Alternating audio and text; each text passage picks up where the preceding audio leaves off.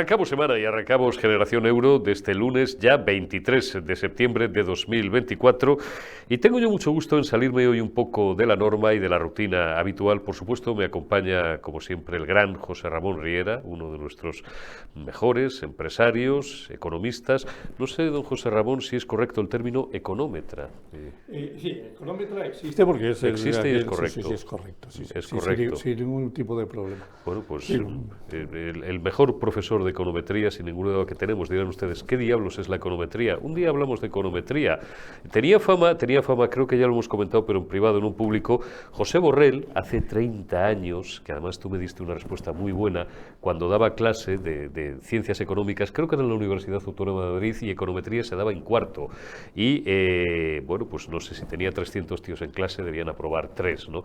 La econometría, que es una mezcla endiablada entre estadística, matemáticas, en fin. Sí, estadística, matemáticas, economía, es la manera de poder hacer predicciones económicas con sentido. Es decir, también se puede hacer así a dedito, con las bolitas mágicas, o utilizando los sistemas que utiliza hoy el INE, que es simplemente coger una chistera y de ahí sacar un conejito, y entonces y el PIB, ¡op! Anda, que ha subido el PIB 36.000 millones.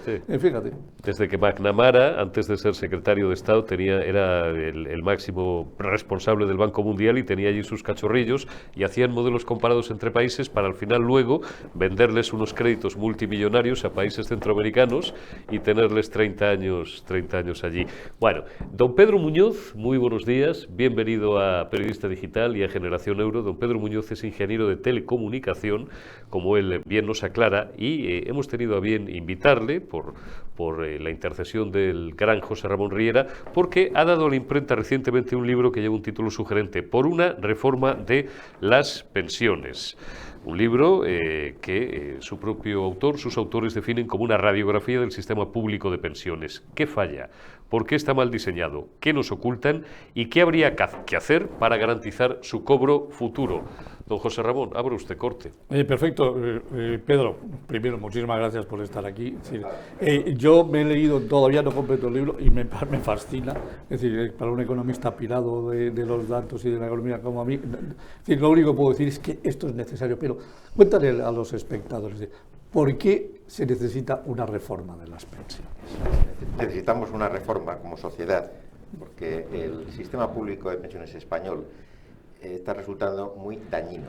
Es un daño a la sociedad, no a las arcas públicas necesariamente. Al conjunto de la sociedad le produce una serie de daños innecesarios y introduce unos riesgos también inaceptables.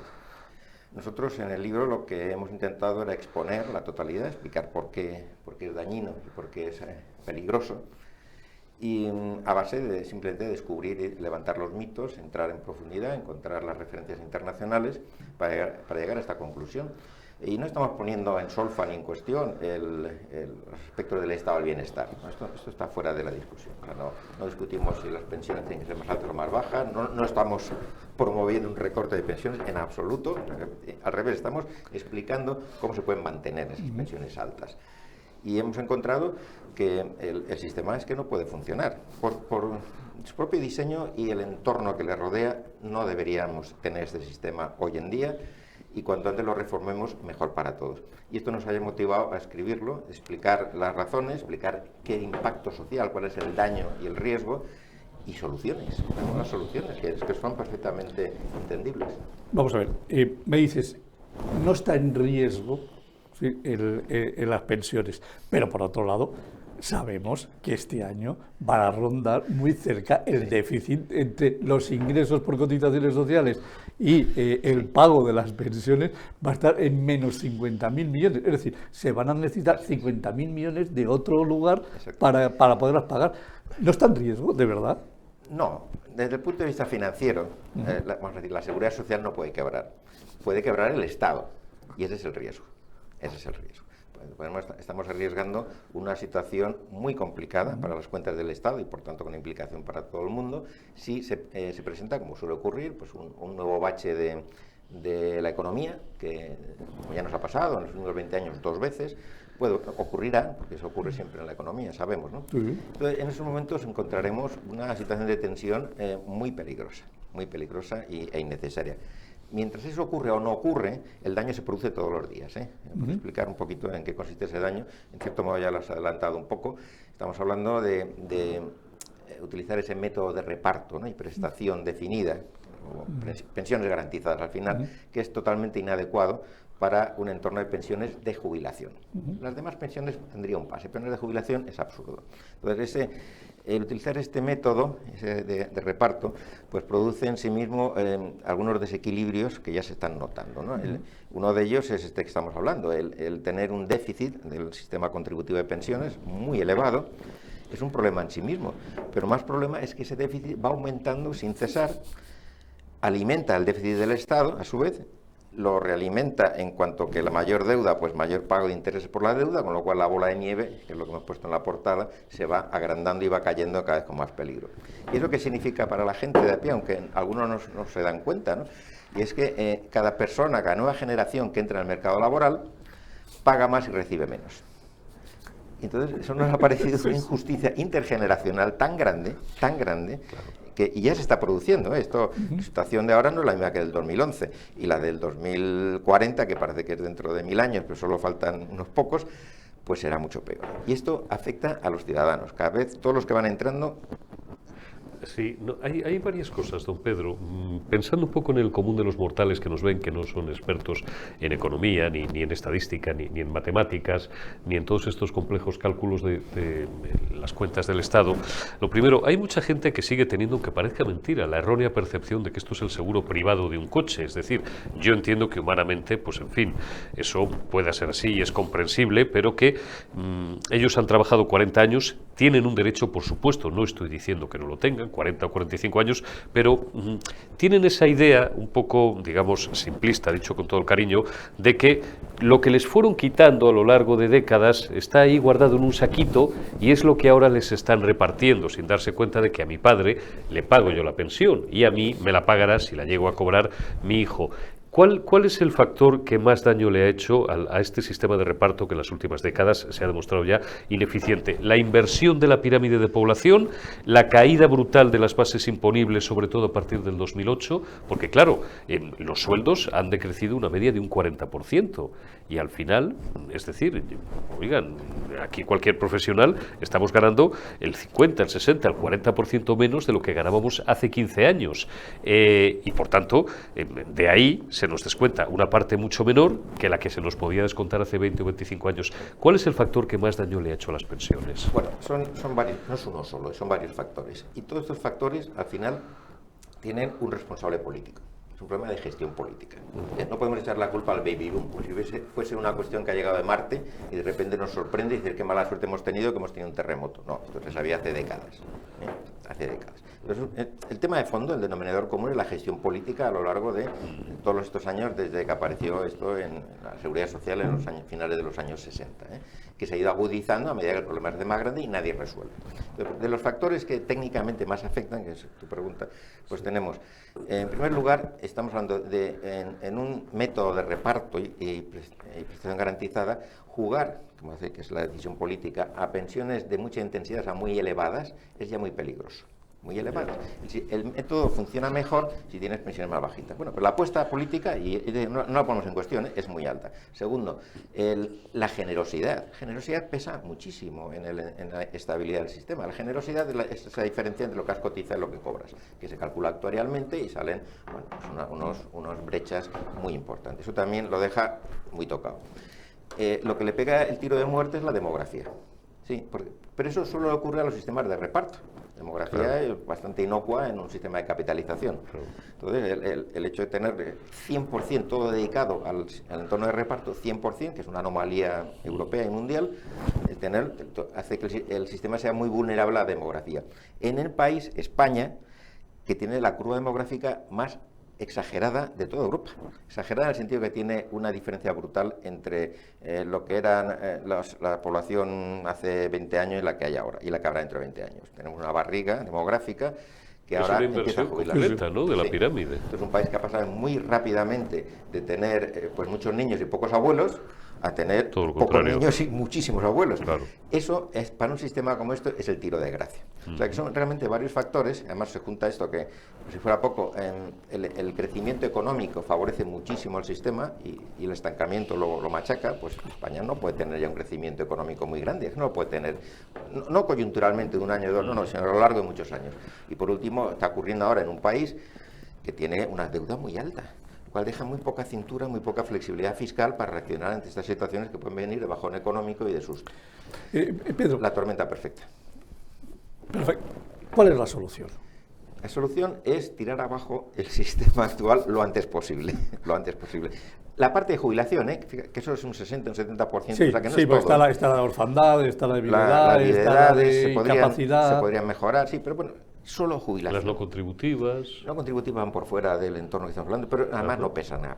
No pesan, ¿no? No Un pesan. porcentaje muy Lo- pequeño. Lo grande, que es realmente donde están todos los problemas que he ido describiendo, son las pensiones de jubilación. Ajá. La pensión de jubilación hay que reformarla radicalmente, que es lo que ponemos ahí. Y nos hemos acogido a lo que se llama las mejores prácticas internacionales para hacer una propuesta. ¿Y qué están haciendo otros países donde funciona? ¿Qué están haciendo? ¿Quién lo ha hecho mejor? ¿Quién en estos momentos tiene menos problemas y por qué? Bueno, mejor o peor siempre es relativo, no te puedes discutir, y problemas tiene todo el mundo, porque esto no es fácil, pero sí que hay grandes diferencias entre países. ¿No? A mí lo que más me asombra es Suecia. Suecia estaba exactamente igual que España hace 30 años, como en la década de los 90. Ajá. Anticiparon todo lo que está ocurriendo ahora, en el caso de Suecia con menor gravedad, por cierto, ¿no? Pero lo seguían teniendo, y se embarcaron en una reforma radical y completa de su sistema de pensiones, en los años 90. Italia lo mismo. Italia luego la implementación no ha sido tan exitosa, pero la de los suecos ha sido un ejemplo para seguir. Pacto de Estado de amplio espectro, todos los partidos políticos de acuerdo. Realismo absoluto para entender lo que se puede pagar y que no, y luego una vía para que el sistema público sea complementado, que esta es la clave del asunto, complementado con planes de empleo obligatorios que obligan esto a que todos los trabajadores pues complementen su pensión, que da hasta donde da, de acuerdo con las reglas del Estado, que son las sensatas en el caso sueco, complementen con sus planes de empleo, con ahorro desde el día 1. Este es para mí el modelo, sobre todo por la valentía y la transparencia y la claridad con que se produjo la transformación. ¿Y cómo están los alemanes? Los alemanes están en un entorno, vamos a decir, parecido al sueco. Nunca tuvieron el método de reparto garantizado como España, y la cobertura del Estado A pesar es baja. de que fue Bismarck el que se inventó este Sí, sistema. a pesar de que fuese Bismarck, efectivamente. Tienen dos tramos, también igual que los suecos. El tramo del Estado, propiamente dicho, es pequeño. Tiene también un sistema de reparto, pero no es de pensión garantizada, porque es un tema de puntos. También equilibra lo que se paga y lo que se cobra por cotización y lo que se paga, lo equilibra, y es pequeño, es como la mitad de España. Las pensiones que dan son la mitad. Sí. Y la otra mitad se lo busca usted en sus planes privados, o bien de empleo o totalmente privados. Y Alemania, por tanto, sufre menos, porque tiene cero dependencia de un sistema como este de prestación definida, y tiene una fortaleza enorme de capitalización. Imagínate por un segundo, eres presidente del gobierno, escoges a tu equipo, tienes a todos, es decir, te llevas bien con todo el arco parlamentario,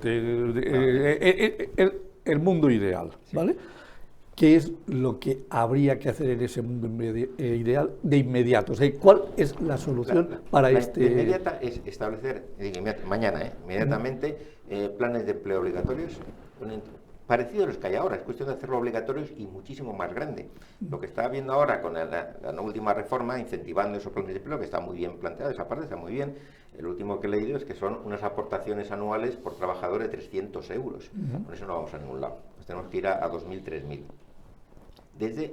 Para todos, eso sería inmediato, para todos, los nuevos y los viejos que estén trabajando, todos, eso inmediato. Es decir, cada trabajador que entrase al sistema de empleo, que sea público, autonómico, privado, debería aportar sí o sí 2.000 a 3.000 euros de su nómina. No, junto con la empresa, de con la forma empresa. compartida. Eso se puede discutir mucho, sí, pero junto con la empresa sería como tres partes. Nosotros planteamos que la Seguridad Social cediese varios puntos, 4 o 5 puntos de las cotizaciones actuales, para engrosar también esos planes de ahorro, y empresarios y empleados, pues un tercio cada uno. A ver, para que lo entiendan todos. Es decir, la propuesta sería, en lugar de pagar un 34% de cotizaciones sociales, es decir, solo pagarían los empresarios un 30 o un 31 y los trabajadores, en lugar de pagar un 5, pagarían un 4, es decir, y ese dinero se llevaría a una caja.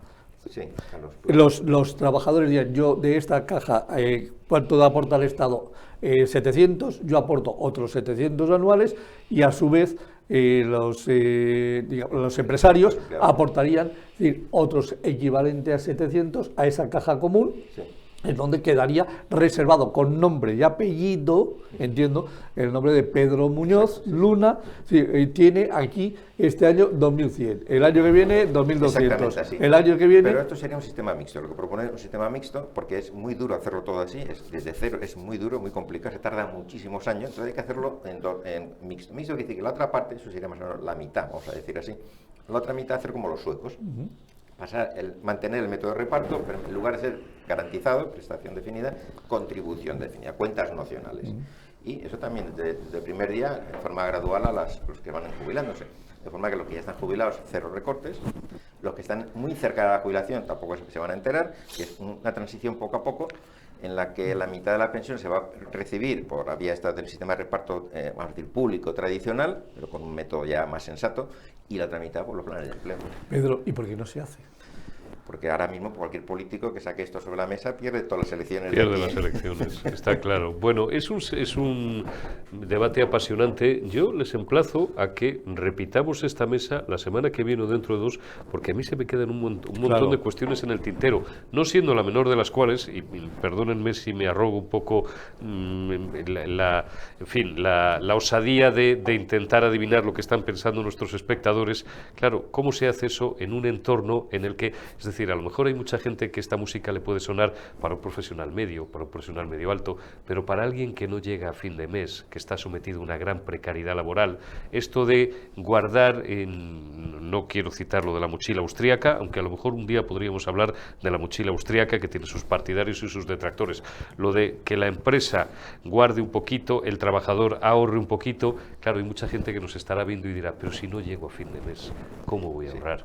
Hablaremos cuando quieras. Claro. Me gusta mucho la idea, porque yo creo que este es uno de los temas capitales. Es uno de los temas capitales de la economía del futuro. Es decir, Pedro ha dicho una cosa, dice, él con esto no está atacando al estado del bienestar. Yo sí, porque el estado del bienestar está en su ocaso. Bueno, yo no creo, porque yo soy liberal, yo tampoco creo en el estado del bienestar. Yo es que creo está que en es su más ocaso, el bienestar del Estado. Y la próxima crisis, el estado del bienestar rompe. Cae. Bueno, sí, y te lo digo porque es mi próximo libro y además lo demuestro. Con lo cual, de momento vamos a hablar del tuyo, que creo que es clave y fundamental. Que todo el mundo lo entienda, que todo el mundo lo comprenda y que aquí se explica muy bien. Con lo cual, de verdad, ya están las librerías, ¿no? Sí. Ya se puede ir al Corte Inglés, se puede ir a la Casa del Libro, se puede pedir en Amazon. Sí, también. Ya lo saben ustedes. Se lo recomiendo, de verdad que se lo recomiendo encarecidamente. En editorial Deusto, efectivamente. Cómprenlo, léanselo y luego mándenos preguntas. Me comprometo, dentro de 15 días... Se van a poner de acuerdo entre ellos. Esto lo estamos grabando un viernes y lo estáis viendo el lunes 23. La semana que viene, la siguiente o la otra, se ponen ustedes dos de acuerdo y me comprometo a continuar, porque lamentablemente tenemos el tiempo tasado, con más cuestiones sobre este debate apasionante. Don Pedro Muñoz. Estaré encantado. Muchísimas gracias, don José Ramón Riera. Como siempre, hermano. Placer. ¿Qué haría yo en Generación Euro sin José Ramón Riera? Gracias y no os perdáis a las 10 en punto, dentro de unos minutos, La Retaguardia. Hasta ahora mismo.